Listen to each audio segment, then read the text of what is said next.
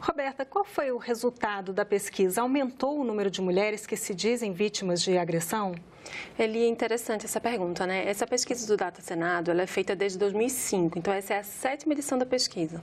É a única pesquisa com uma série histórica nacional sobre violência contra mulheres.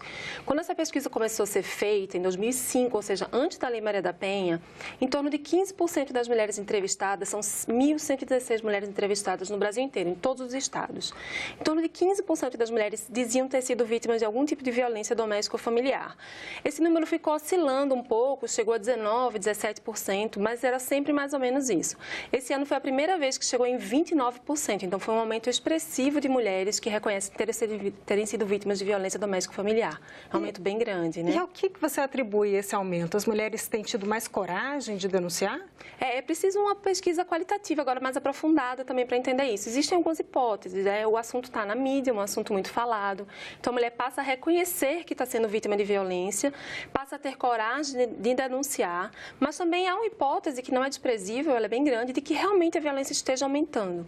Então, a gente precisa estudar um pouco mais para entender o que está acontecendo. E as mulheres conhecem a Lei Maria da Penha? A pesquisa também foi perguntar isso, né? Se as mulheres realmente conhecem a Lei Maria da Penha.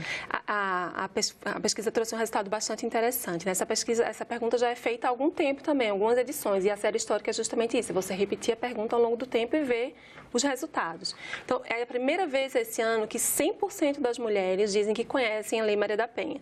Mas o mais interessante é quando você pergunta o quanto elas conhecem a Lei Maria da Penha. E aí você percebe que 81% conhece pouco ou nada. Ou seja, elas já ouviram falar na Lei Maria da Penha, mas elas não têm ideia do que representa a Lei Maria da Penha, né? E que tipo de instrumentos a Lei Maria da Penha fornece para que ela busque a proteção. Tipo, por exemplo, as delegacias especializadas, as medidas de proteção, enfim. Então, é preciso um trabalho muito intenso nesse sentido. O que falta, então? Falta política pública? O que você atribui? Eu acho que a política pública está num momento um pouco desarticulado, é preciso retomar um investimento na política pública e especialmente em escola, por exemplo, é uma política transversal, não basta simplesmente segurança pública, vamos proteger essa mulher com a polícia, é preciso investir em educação também, para que muitas das mulheres agredidas, a maioria é jovem, então essas jovens mulheres, elas já sabem que não querem continuar naquela situação, mas elas precisam saber que instrumento elas têm para sair daquela situação. E quem é o principal agressor?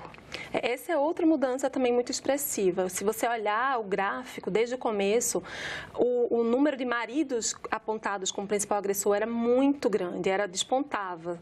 E esse número veio se estreitando e se aproximando muito do número de ex-maridos, ao ponto que agora o número de maridos foram apontados 41% como principal agressor e 33% de ex-maridos. Então, é um número muito próximo. É como se fosse duas linhas que se aproximassem e parece que estão convergindo para talvez se cruzarem.